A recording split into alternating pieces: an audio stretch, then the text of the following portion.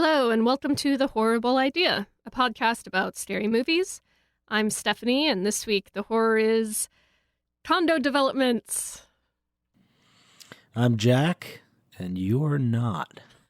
So this week we are talking Vampires versus the Bronx, and this is a very recent release, October 2nd, 2020, directed and written by Osmani Rodriguez. And I noticed in the credits, produced by Lorne Michaels. Yeah, we don't know what the budget is, and we don't know what the box office is because it's a Netflix thing, and it's just... Release the receipts, Netflix. Netflix is doing just great right now, so... This is maybe something for another time, but the fact that Netflix seems to have a bottomless budget and you only pay $15 a month for it seems wild. And somebody tweeted about how it's like probably some sort of scam somewhere, like corporate malfeasance. Because I don't know how they have the budget that they have, but I mean, if you break it down, if you're getting cable and you're paying whatever $60 a month, HBO is not getting $15 a month of that. Oh well. But also cable is way over 60. Oh, I don't know. I don't have a TV because I live in Brooklyn. You also pay for HBO separately. Like, that's an add-on for cable. Right. But anyway, IMDb gave it a surprising 5.3 out of 10. Rotten Tomatoes, on the other hand, gave it a 95, although the audience was 49. Am I not getting something here? This was gold. Spoiler alert, but I'm kind of in the medium on it, too. I mean, it was very fun, but we'll get to that. All right, on this episode, we'll discuss why Stephanie is wrong. Well, you were wrong on The Conjuring, so it's my turn.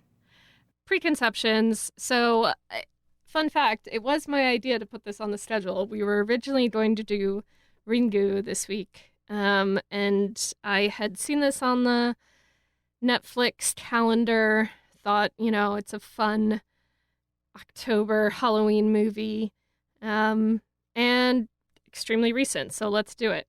And at first I think Jack poo-pooed it, but then you heard some good things, right? So yeah, no, I said, yeah, we can do that, and maybe we'll sort of examine it as a larger sort of how it fits in with some of the other vampire mythology. And then within the week before, everybody at work started talking about it. People on Twitter were like talking about it to the point where I was like, hey, spoilers.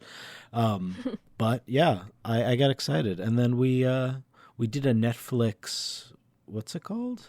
Well, now, it was called Netflix Party, but it's rebranded to Teleparty, which I think maybe I'm old or something, but I heard Teleparty and thought of telephone party. Forgetting that there's also a tele in television. That's true. And Teletubby, which you're a big fan of. Oh, I love the Tubbies. Yeah, so we did a teleparty of this with a couple of our friends. The unnamed roommates and some other friends. If people aren't aware of this, it's an extension for Chrome, which allows you to sync up your video for Netflix and adds a chat to the right side. And so you can chat through the movie. It's synchronized on everyone's computer, and you can pause and come back to it. Yeah, this is my first experience with it, and it was pretty fun. I like Teleparty, but I wish that there was an option to have it on your TV besides AirPlay, because for whatever reason, AirPlay just doesn't like going to my TV, and I'm like, I have a 50-inch TV. I don't want to watch on my little computer. Yeah, and then since there were three of us in my apartment watching it, I wished like I could just have the chat like on my phone. Yeah, you joined toward the end and in a very like kind of mysterious drop-in way for a moment. But yeah, so you joined the chat toward the end, but it was fun. Yeah, and I also had, I don't know, I'm going to be bringing up two movies a lot in this, one of which being Joel Schumacher's homoerotic masterpiece, The Lost Boys, one of my favorite films. And then the horrible Wes Craven, Eddie Murphy joint, Vampire in Brooklyn, which I kept missaying this film as Vampires vs. Brooklyn, but I live in Brooklyn, so. Yeah. So who were your favorite characters? Well, Method Man, always. I love Method Man. He is looking good. He, as a priest, is very daddy with his little silver streak in his hair. I really liked seeing him in the vestments. It was a good look. And then also Shea Whigham, who plays Frank Polidori. He's just great in everything. He's going to be in the upcoming Mission Impossible 7, which is one of, as you know, my favorite movie franchises. Yeah. But he's also just been great in everything from like Boardwalk Empire to Take Shelter to Vampires versus the Bronx. What about you? We might have to do a side project called The Impossible Idea. Oh my God. Yes. Do you think Method Man is considered a method actor? Well, by just the very nature of him acting, yes. True. I also liked Frank Polidori. In your Italian accent, please. Frank Polidori. It's more of a Brooklyn accent I'm doing. Fucking guy over here. Yeah, I feel like there's a lot of similar sort of movies that would have gone with a really uncomfortable Jewish stereotype there, but instead they went with a less uncomfortable Italian stereotype, of which he very much was. Yeah, I do feel like it's a little less inflammatory. Because in the end, he's still, he's still cool. He is. I also like Tony, the bodega owner. We're going to talk a lot about the bodega. Yeah, played by one of the bodega boys. I know. I'm not familiar with the entire opus of Kid Miro, but he's, a Bronx staple. I was hoping Jesus was going to show up, but that's okay. Miro is awesome. It's true. And then the bodega was a character in itself, and it was definitely the most faithful bodega I've ever seen in any non-documentary film. And I'm only mad that there wasn't some deep bacon, egg, and cheese debates there, although the chopped cheese on a croissant was the best joke of the movie. Yes, I've still yet to have a chopped cheese, mostly because now I'm like kind of reluctant to get it through Seamless because it's hard to know how to customize it through that. But it is. It's also like it is definitely part of Brooklyn in its core, but I think it is much more. When I think of chopped cheese, I think of Harlem. Yeah, that's my I think of Washington Heights and the Bronx. Yeah. So, little background: I lived in Spanish Harlem for a decade. I lived in Inwood, which is right between Washington Heights and the Bronx, and I was born and now live in Crown Heights. So, we're talking about my hood here. Yeah. Although I never go to the Bronx because, unless I'm going to a Yankees game. Or I fall asleep on the 6 train. I go to the Bronx to get my hair cut, so that's my Bronx experience. Interesting choice. Well, my hairstylist lives up there. So, in a combination of there not being a full-on plot summary online that we could sort of crib off of, and also, out of all the movies we've done, there's probably a very good chance a lot of people listening to this have not seen this yet. So we're just going to do a real, basic, in fact, it is like the press release plot summary. Yeah, so basically it boils down to when gentrification from an unlikely and deadly source creeps into the Bronx, a group of teenage friends rally to save the beloved local bodega and fight against a supernatural force intent on taking over their home at all costs. Yeah, that's basically it. And it's It's Attack of the Block, if you've ever seen that movie. It's very similar. It's also The Lost Boys. It's a little Vampire in Brooklyn. It's a little bit of The Heights, which will soon be coming to theaters. Is it In the Heights or The Heights? In the Heights. Oh, yeah. I just know the song, In the Heights. And there's a little Do the Right Thing. There's a little sort of... and a little Get Out, I think. So there's not a lot of jump scares in this. So I think we're going to change this section to jump laughs. And there were a couple of good ones. Yeah. So, I mean, the gentrification stuff is like funny. I think part of it is a little depressing because, I think we see the reality of this and benefit from the reality of this in a lot of ways. But it is funny though. I don't know, when he talks about the kale and they reference white people with canvas bags. It's one of the people on our chat was basically eyes pile of canvas bags in the corner. This was a whole group of, young white people in Brooklyn that were on. Well, I guess I'm 35. I'm not really young either, but two of the people were. But so the thing that I was thought was really funny and fun was the Catholic portions of it, because I grew up Catholic, so did I. I loved when he gave the vampire the Eucharist as a way to defeat it. I laughed at the breakdown of how to kill a vampire, and when they when they wrote down, I liked the misspelling of Eucharist, because that's totally how a kid would spell Eucharist, E-U-K. Yes.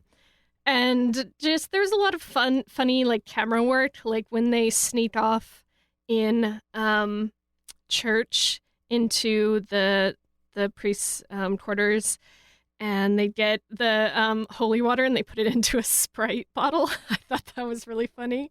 But yeah, what about you? And Method Man was like, those little monsters took my Sprite.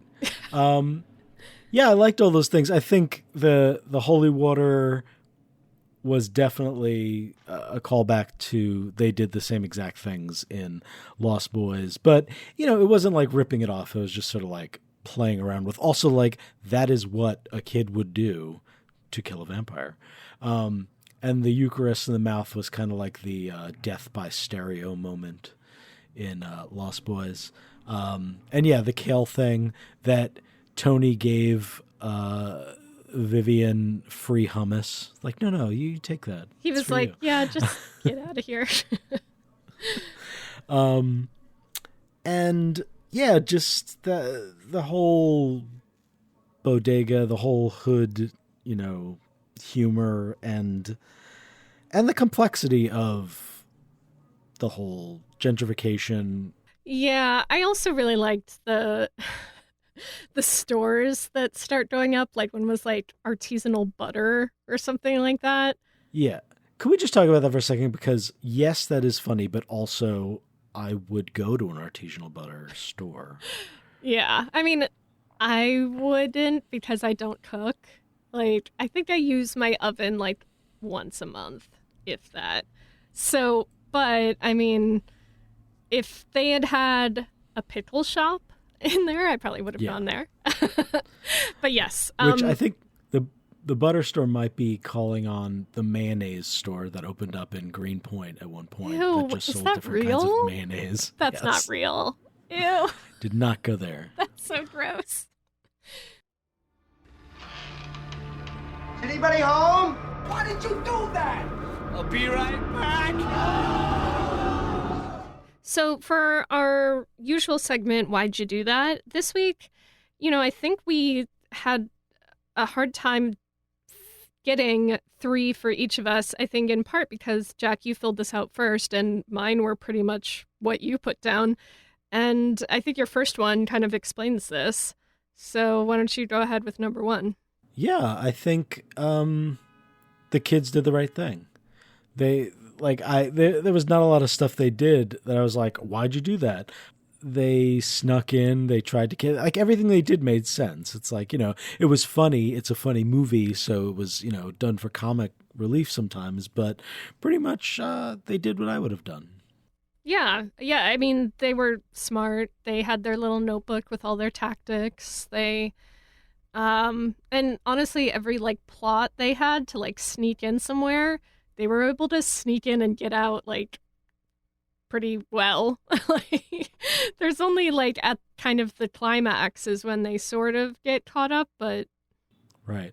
If anything, one of my why'd you do this is for the bad guys. Like, why did you not kill people immediately?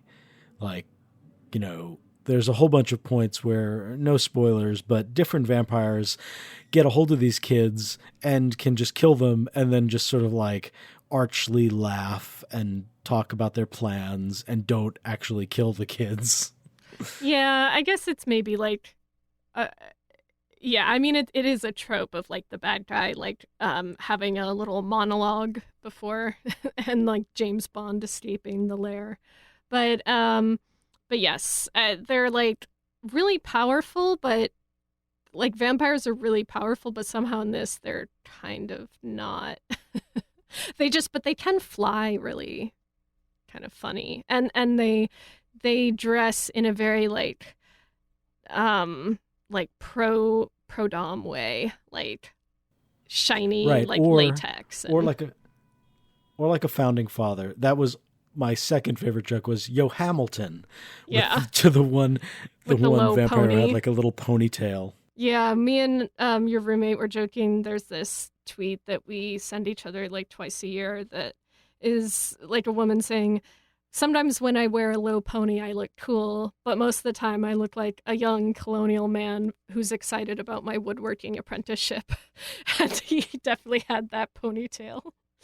But yeah, these characters were all like kind of people the vampire characters were kind of people you'd see at a like pretentious book reading night or something.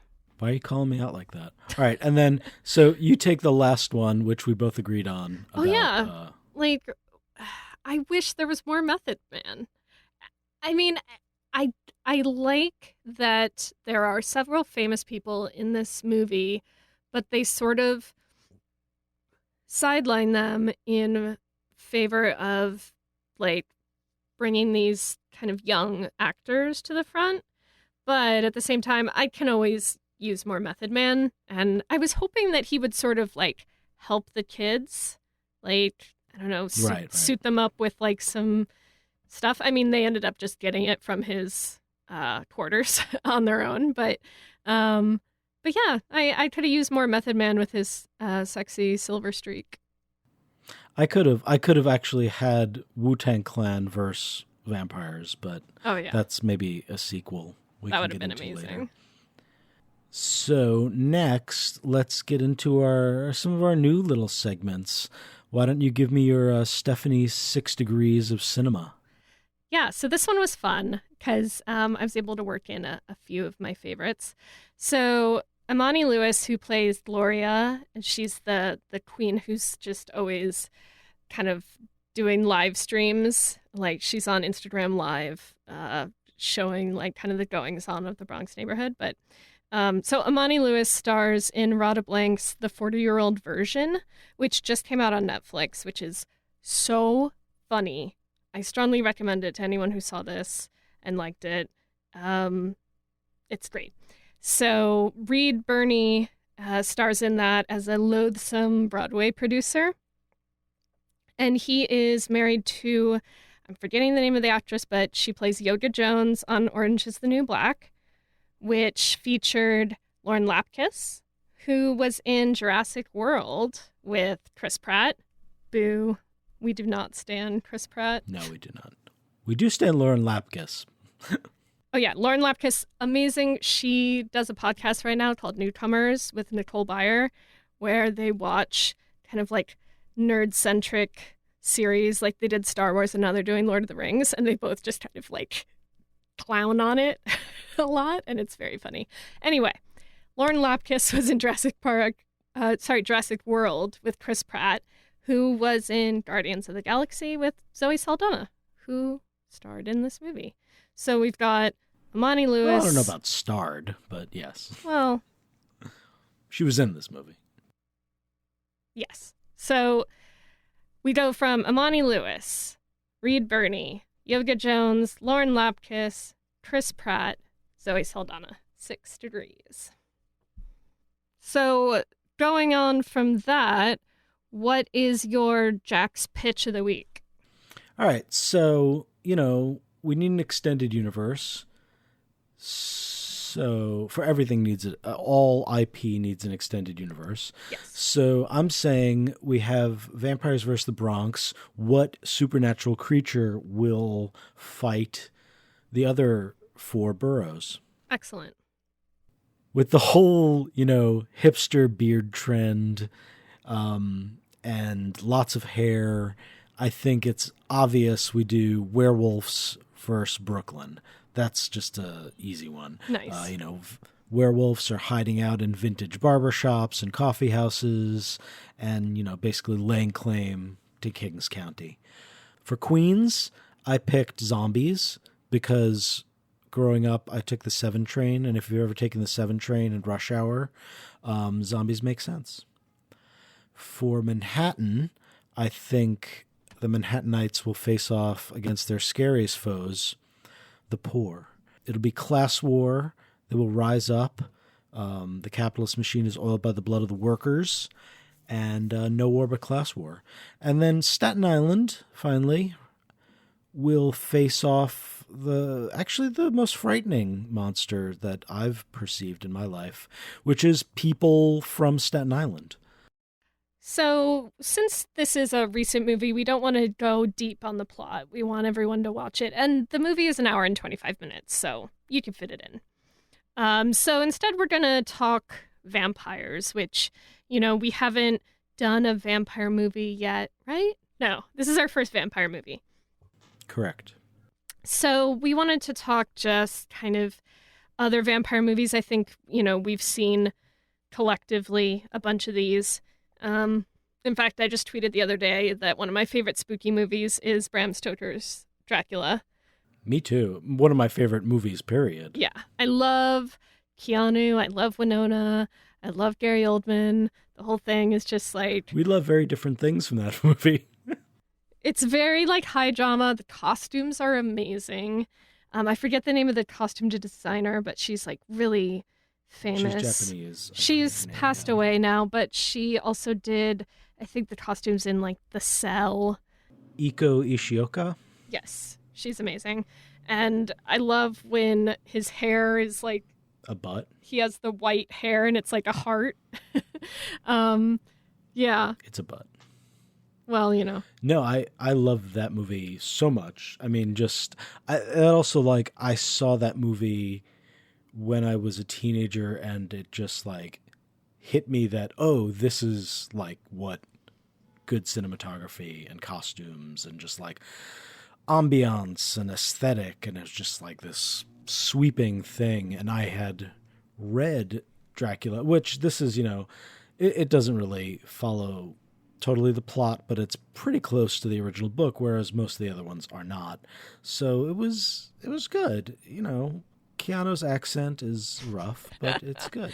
Well, and parts of it are definitely very kind of, at this point, they're sort of campy, but it's fun, I think. That intro of, the flashback to the glory days is really cheesy, but it's so fun that it's totally forgiven.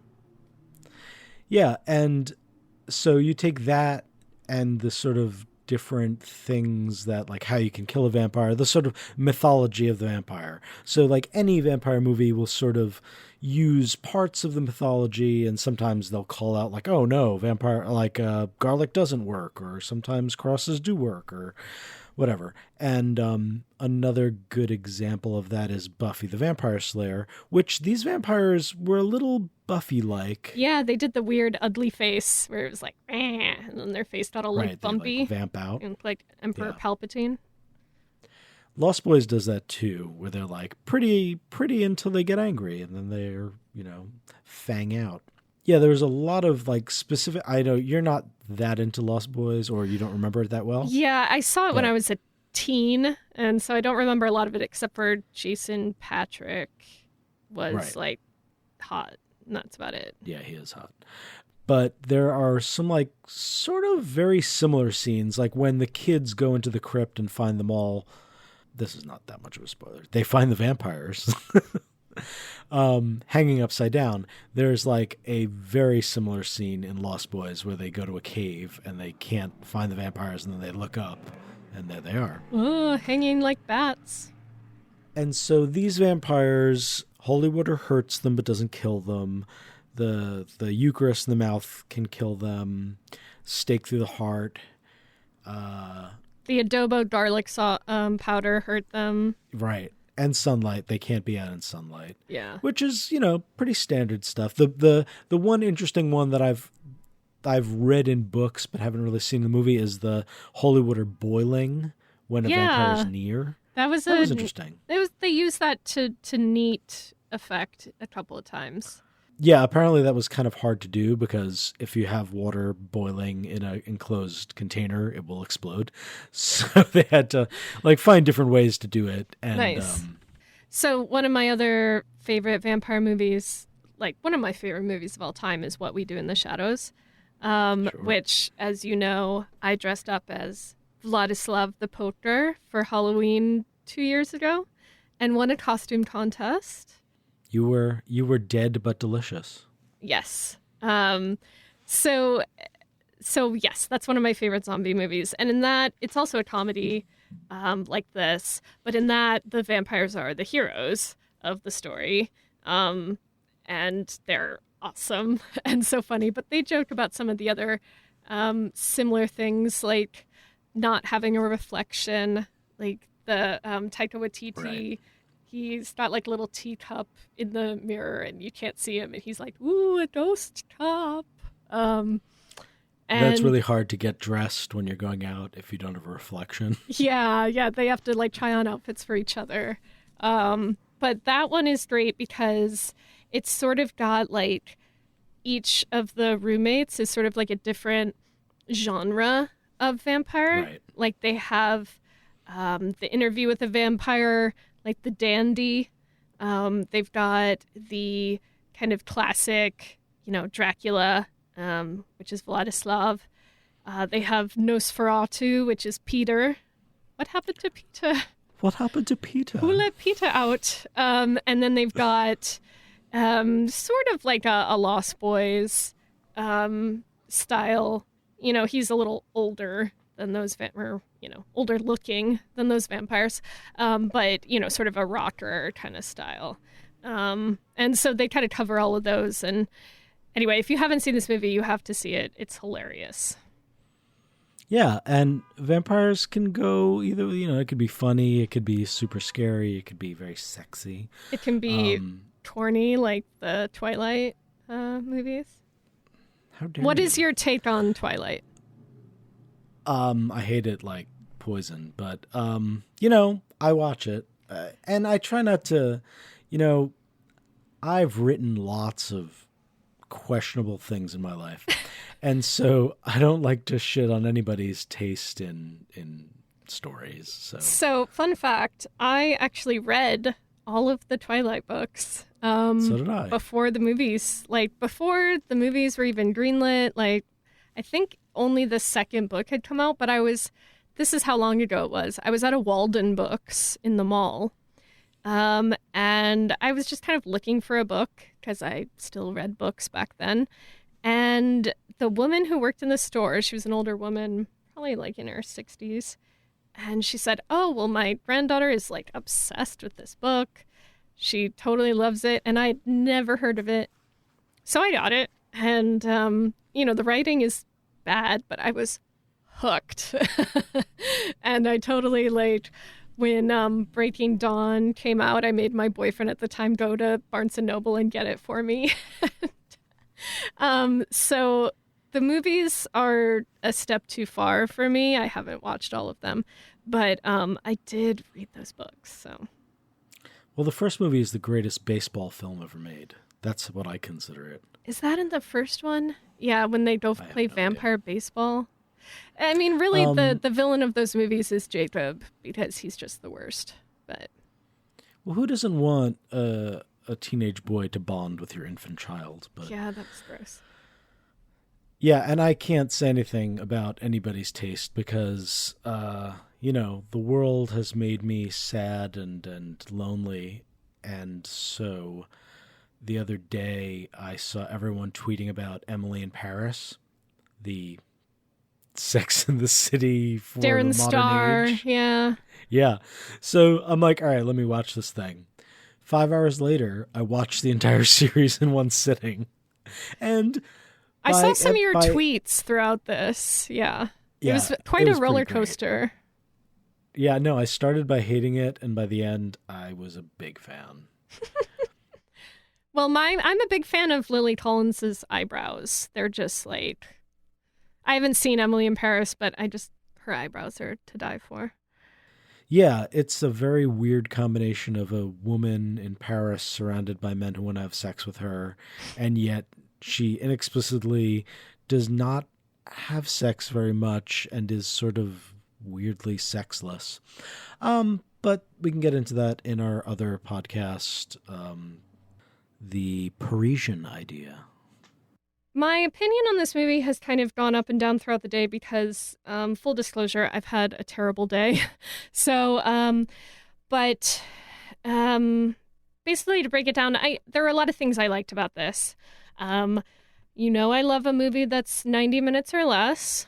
I really liked that they kind of killed off or, kind of backgrounded a lot of the famous people in this and really foreground the kids who were, all relatively unknown actors. I think the only one of them that I'd seen in something else was Gloria in the 40-year-old version. Seriously, people, watch it. It's so good. And then, but I really liked the kids. They were funny. I think Rita was probably my favorite of the kids. I like that, the kids are kind of all kind of like, they don't think anyone's going to believe them, but Rita's like, all right, you guys don't know what you're doing. Let me help you. And I also like that at the end, spoiler alert, but she's kind of like, nah, to Lil Mayor. She's, she's kind of like, we're cool, but I'm not into you like that. And there were some funny little touches. I really liked the Murnau Properties, which is Frank's, development company. A reference to F.W. Murnau, who directed Nosferatu. So this was not scary at all. It was fun and funny, but not scary. Which was just fine by me, because The Babadook and some of our most recent ones were super scary. So I give it a 0 out of 10 for scare factor, just because I wasn't scared. But for entertainment factor, I'm going to give it a 7. I think it was fun. It didn't really ask a lot of me, which is nice right now, because, there's a lot of crazy stuff going on in the world. So watching these kids kind of triumph in the end was at least kind of cathartic. What about you? Yeah, I mean, similarly, I think I liked it maybe a little more than you. It hit a lot of points that a lot of other movies I really like hit. And it was pulling from movies that are very, very much pivotal in my life, like Lost Boys and Goonies even, and a bunch of great kids on bike movies. And that's what this is. It's a kids on bikes movies, which are great. And generally I'll watch any vampire movie except for Dracula 2000, which is the worst movie ever made. But it was super fun. And yeah, to your point, if I, my one negative is Lost Boys, things like Ghostbusters and other horror comedies do have a couple of like little scares that this didn't quite get to that level, but maybe that's good. Like it's better for younger kids, or I don't know. But I liked it. Yeah. Scare factor 0 out of 10, entertainment factor 8 out of 10. I liked it. And this is also a Netflix thing. I immediately wanted more of it. I wanted those kids to fight other supernatural creatures. Well, maybe, send your pitch to Netflix. They're, There you go. They cleared up some budget since they canceled Glow. Those right. bastards. But yeah, I have a meeting in 2 weeks with them. I gotta sit down, get my ideas for nice. The real world Narnia. Next week, we're doing a very timely piece. John Carpenter's 1978 slasher masterpiece. Slasherpiece? Halloween. Michael Myers. Yes. We're going to be 2/3 of the way through what I consider kind of the three horsemen of scary movies, which is, Jason, Michael, and Freddy. So we'll have to do Freddy soon. Yeah. Wait, it is Freddy, right? Yeah, Freddy Krueger.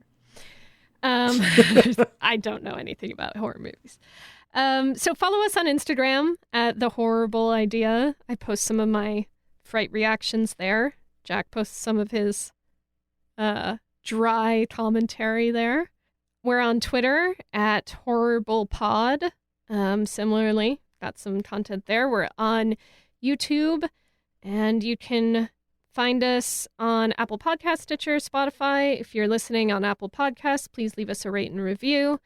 5 stars. Don't be scared. Yeah, and if you have any interesting facts about vampires versus the Bronx, or Halloween, the movie or the concept, or if you have a suggestion for a movie that might scare us, let us know on Twitter or email us at thehorribleidea@gmail.com. And, sharpen your stakes.